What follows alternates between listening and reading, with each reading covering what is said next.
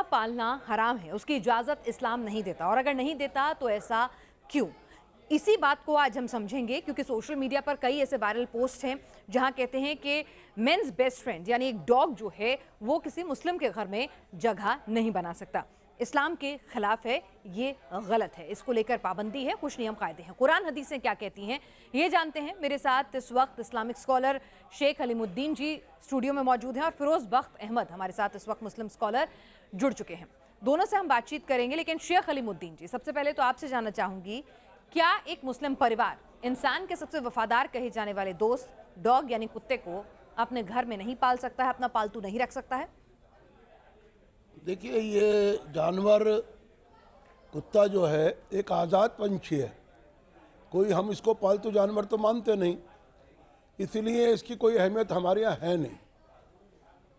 Dog जो है वो आप देखते हो गली कूचों में फिरता है, कुछ लोगों ने इसको शौक बना लिया, पालने लगे, और कुछ ने इसको अपना वफादार बना लिया, लेकिन इसको इस्लाम से जोड़कर देखने की क्या आवश्यकता पड़ी मैं नहीं समझता। कुत्ता एक पक्षी जानवर है, हम उसको जानवर की नज़र से देखते हैं। इस्लाम किसी भी जानवर को मारने का हुक्म नहीं देता जो किसी को नुकसान पहुंचाए। रहा सवाल पालना ना पालना, ये व्यक्तिगत सवाल है, जो पालना चाहे पाले, हमें क्या इतराज़ है इस पर?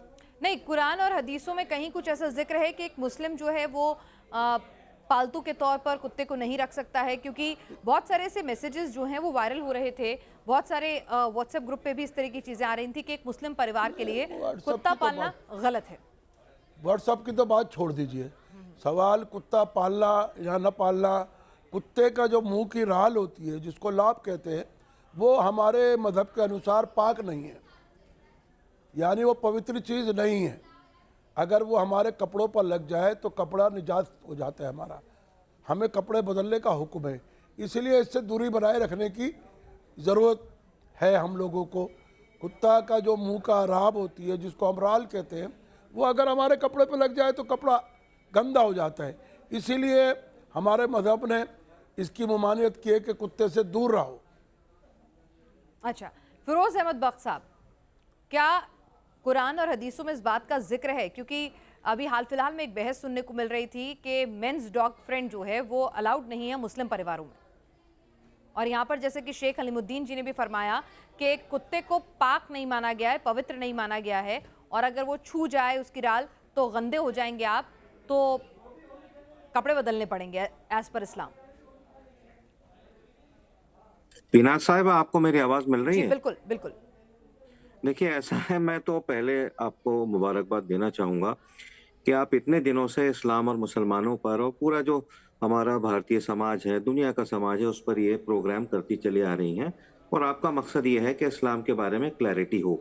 इस्लाम and Muslims should not be under scanner, ये आपका मकसद है, आपकी नीयत यही है, और हम इसको समझते हैं और हम आपको उसके लिए मुबारकबाद देते हैं। पहली बात, इससे पहले कि मैं आपके सवाल का जवाब दूं, मैंने अपने बड़े भाई अलीमुद्दीन असदी साहब को सुना। पुरानी दिल्ली में जब मैं रहता था तो ये हमारी इनसे रोज़ तकरीबन मुलाकात होती थी, सुलझे हुए एक ये हमारे मुस्लिम भाई हैं। और मैं ये बता दूं इससे पहले कि जवाब दूं कि मैं ये नहीं समझता कि ये मेरे मुखालिफ हैं या मैं इनके अगेंस्ट बोलूँगा।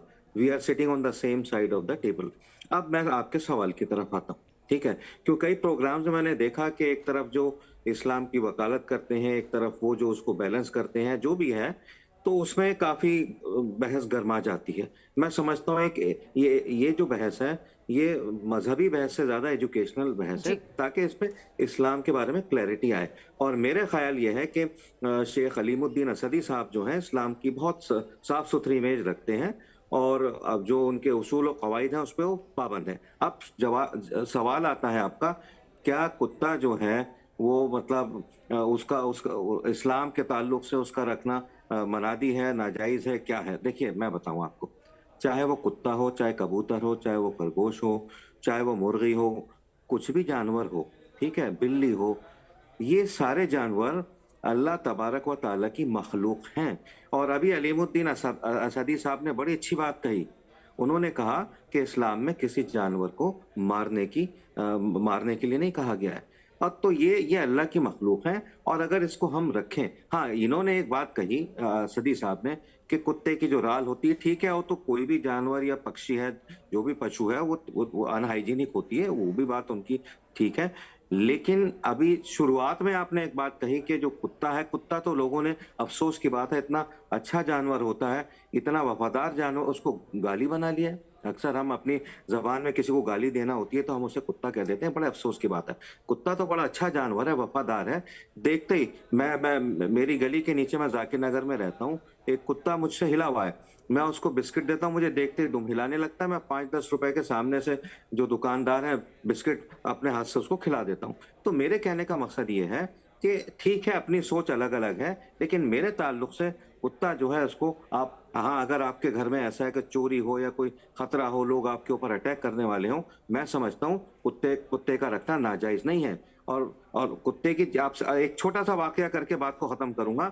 ये हदीस का वाकया है कि एक औरत थी, जो मैं दूसरे अल्फाज में बात कर रहा हूँ, बाजारी औरत थी, आप समझ गए। जी। तो अब तो उसका जो भी स्थान है, मैं उस पर नहीं करना चाहता कोई बहस। तो उस औरत ने क्या किया, वो दीनदार भी नहीं थी, वो बाजार में जा रही थी, उसने कुत्ते को देखा, उसकी जबान गर्मी से मतलब लपलपा रही थी, उसको पानी की जरूरत थी, उसके पास पानी का मशकीजा था, उसने उस कुत्ते को, बेचारे को पानी पिला दिया।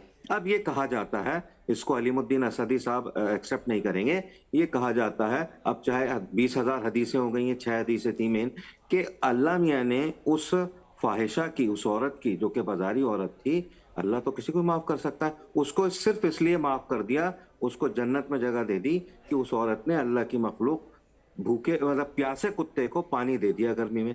तो अल्लाह का तो मकाम यह है। नहीं, आप ठीक कह रहे हैं, लेकिन कई जगह मतलब मुस्लिम परिवार जो हैं इस बात को लेकर कंफ्यूज रहते हैं। कई जगह कई ऐसे मौलवी भी हैं जो इस बात का हवाला देते हैं कि कुरान हदीस के हिसाब से अपने घर में कुत्ता पालना जो है वो गलत है, वो इस्लाम के खिलाफ है। रुकिए, देखिए, आपने बहुत कट्टर बात कह दी है, कुरान और हदीस का आपने नाम ले दिया है। ये बहुत आसान है कहना कि कुरान और हदीस के ताल्लुक से ये ऐसा होता है, वैसा होता है। नहीं, वही मैं पूछ रही हूँ, ये सवाल है। देखिए, मेरे को जानकारी नहीं, इसीलिए आप दोनों स्कॉलर्स को बुलाया गया है मैंने।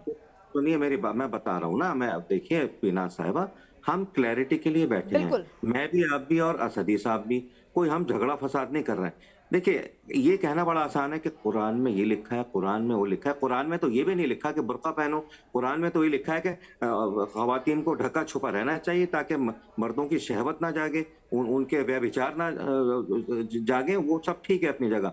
लेकिन कहीं इस तरह से नहीं है कि कुत्ते को ना पालो, ये सब ये बना दिया है। अब देखिए, जो prophet Mohammad peace be upon him, आपने जो हदीसें, आपके ज़माने में जो हदीसें लिखी गई थी, बहुत सी हदीसें आपके बाद में भी लिखी गई, कुछ लोगों ने तो एक नकल कुरान भी बना लिया, उसका क्या कर सकते हैं, ठीक है। तो ये मान के चलिए Pinaz, last word for this question of yours, कि कुत्ता अल्लाह की मखलूक है, जैसे चिड़िया है, तोता है, खरगोश है, बंदर है, या कोई भी जानवर है, ठीक है।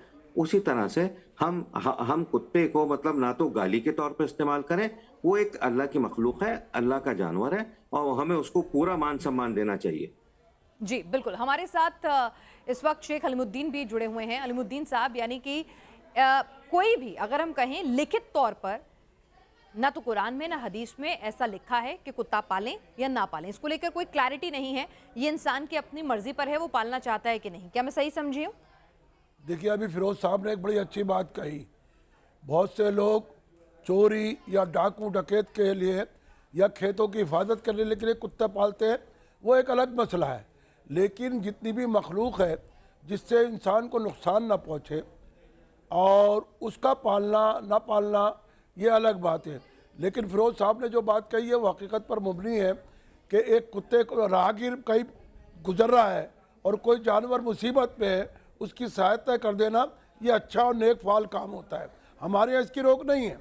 मान लीजिए कुत्ता है, बिल्ली है, गाय है, बैल है, भैंस है, जितने भी जंगली जानवर हैं जिनको पाला नहीं जाता, खुले में भी रहते हैं, आप देखते हो डिस्कवरी पे, कुत्ते भी, बिल्लियाँ भी, भैंस भी, गाय भी, हिरन भी, लोग हिरन भी पालते थे पहले। अब ये सवाल ये है कि कुरान और हदीस क्या कहता है।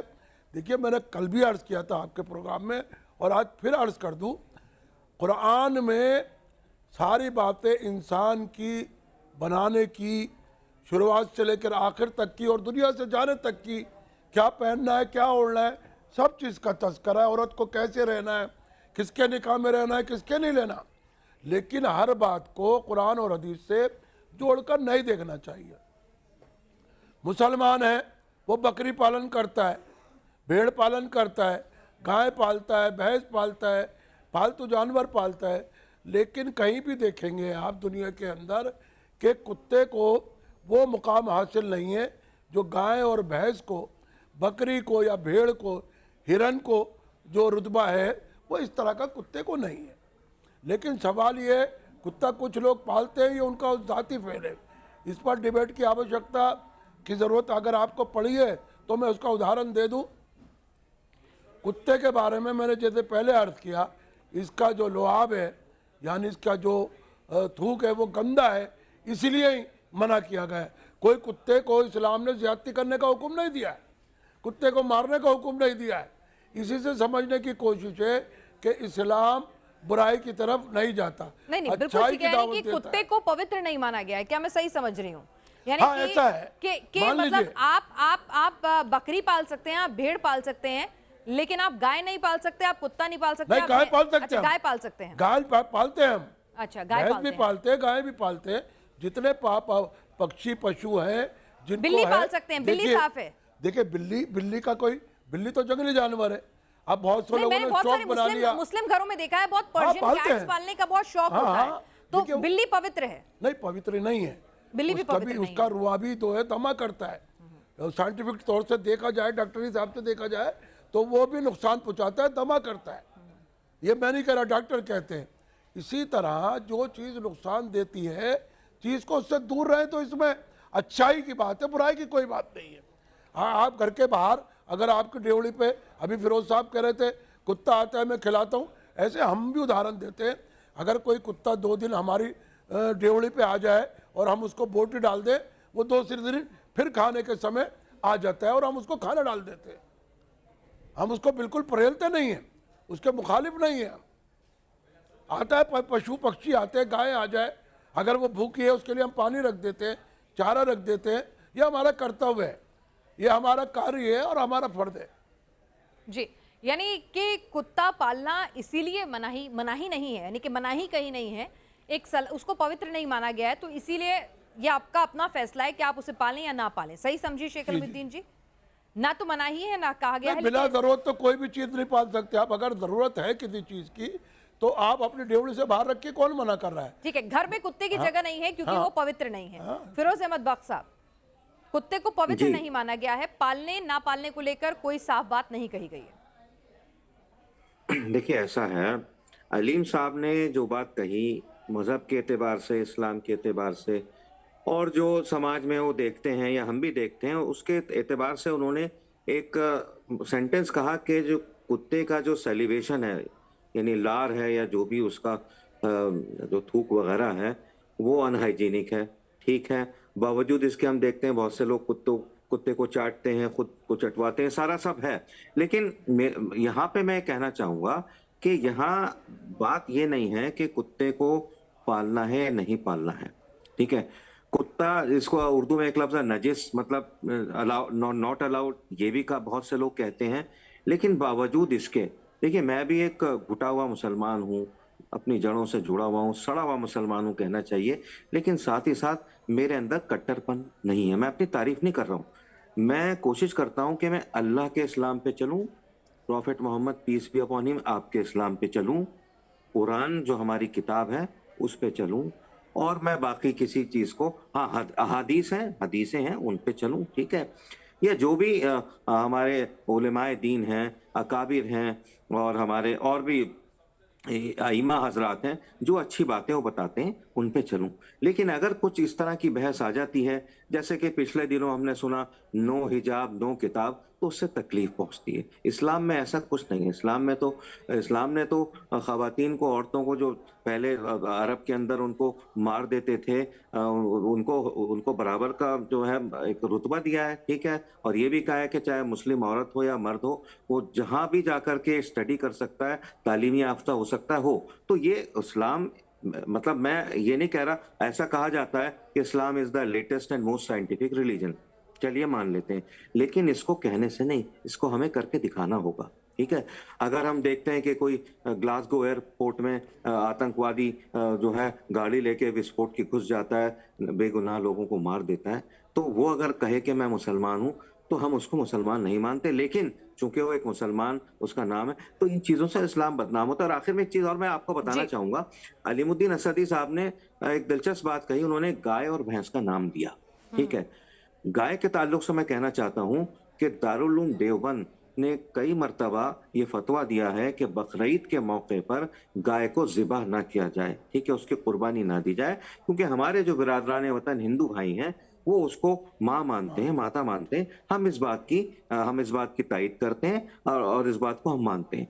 तो ये देखिए, जो इस्लाम, जो हिंदुस्तान का इस्लाम है, जिसको एक सफरनामा इब्ने बतूता में जो ट्रैवलर थे, इंटरनेशनल ट्रैवलर थे, उन्होंने ये कहा, वो सब जगह गए, सऊदी अरब गए, इराक गए, अफगानिस्तान गए, इंडोनेशिया, मलेशिया, हिंदुस्तान भी आए, उन्होंने ये बात कही कि मैंने ये पाया कि इस्लाम की रूह में, इस्लाम की जो स्पिरिट है, इस्लाम की रूह, इस्लाम की रोस, इस्लाम की स्पिरिट, उसके ताल्लुक से मैंने ये पाया कि जो हिंदुस्तानी मुसलमान है वो सबसे अच्छा और पक्का मुसलमान है। हालांकि उसमें वो सऊदी अरब भी होके आए थे, वो जॉर्डन वगैरह भी होके आए थे, वो अल्जीरिया वगैरह भी सब जगह घूम के आए थे। तो ये बड़ी बात। तो मैं आखिर में कहना चाहूंगा कि जैसे गाय और भैंस है, मुसलमान उसको ज़िबा नहीं करता, और इस बात का ख्याल रखता है कि हमारी मिली जुली तहजीब है, जिसको हम साझा विरासत भी कहते हैं, जिसका कई हमारे दोस्त मजाक भी उड़ाते हैं, जो कि नहीं उड़ाना चाहिए। तो हम हमेशा हमारी, देखिए, चाहे शादी ब्याह की जो समाजी तकरीबें हैं, समाजी जो हमारी एक्टिविटीज हैं, या मरने की हैं या जीने की हैं या कुछ भी हैं, वो आपस में, एक बात कह के मैं बात को पूरी करूंगा, ज्यादा लंबा नहीं कर रहा, कि मान लीजिए एक बंगाल का ब्राह्मण है और एक बंगाली मुसलमान है। बंगाली मुसलमान और बंगाली ब्राह्मण बिल्कुल एक जैसे होंगे, वही खाना पीना, वही ओढ़ना पहनना बिछोना, बनिस्बत इसके कि एक बंगाली मुसलमान पंजाबी मुसलमान से बहुत अलग होगा, या महाराष्ट्र के या दिल्ली के मुसलमान से अलग होगा। तो ये नेशनल जो स्पिरिट है, जो नेशनलिज्म है in terms of cultural nationalism, Islam का भी उतना ही हिस्सा है जितना वो हिंदुइज्म का, बुद्धिज्म का, जैनिज्म का, क्रिश्चियनिटी का है। ठीक है, शेख अलीमुद्दीन जी, आप और फिरोज बख्श साहब, आप दोनों ने एक बात बार बार दोहराई, तो इसीलिए सवाल निकल आया है कि इस्लाम किसी भी जानवर को मारने की इजाजत नहीं देता। क्या मैं सही समझी? बिल्कुल ठीक है। अगर तो वो मूजी नहीं है, अगर वो आप पर हमलावर नहीं है, तो फिर ये बकरीद पे बकरे की कुर्बानी और ये सब क्यों? देखिए, ये हमारा फरीदा है। आप देखिए, ये फिर मामला दूसरी तरफ चला अगर जाएगा। इस्लाम इजाजत दे ही नहीं रहा है जानवर को मारने की, तो एक मासूम जानवर जिसने ना देखिए, तो आप पर कोई हमला किया, हमारे ना कुछ किया। यहाँ अल्लाह के रसूल सल्लल्लाहु अलैहि वसल्लम के ज़माने से और उससे पहले सैयदना इब्राहिम अलैहिस्सलाम के ज़माने से हमारे यहाँ कुर्बानी राइज है। ये हमारा फरीज़ा है, समझ गए ना। जिस तरह हज फ़र्ज़ है, नमाज फ़र्ज़ है, जिस तरह ज़कात देना फ़र्ज़ है, तो इसी तरह ये कुर्बानी भी हम पर वाजिब है। ठीक है, जो साहिब हैसियत है वो कुर्बानी करेगा, क्योंकि सैयदना हज़रत इब्राहिम अलैहिस्सलाम के साहबजादे और उनके आपकी सुन्नत है, इसलिए हम उस पर अमल करते हैं। वो अलग चीज़ है, वो आपकी परंपरा है। मैं एक और बात पिनाज जी के साहिबा कह दूं मैं आपसे, अभी फिरोज बख्श साहब ने कही थी, पूरे हिंदुस्तान में दारुल उलूम देवबंद ने फतवा शाये कर रखा है कि जिससे बरादरान वतन को तकलीफ हो वो काम हम नहीं करेंगे। इसीलिए मुसलमान गाय की कुर्बानी को जायज़ करार नहीं देता, वो नहीं करता, कुर्बानी मना करता है, ममनू करता है, समझ गए ना। जहाँ तक सवाल अपने हम बिरादरान वतन और बिरादरान अजीज़ की बात करेंगे, उनको हम तकलीफ किसी भी कीमत पर देना नहीं चाहते, अब से नहीं।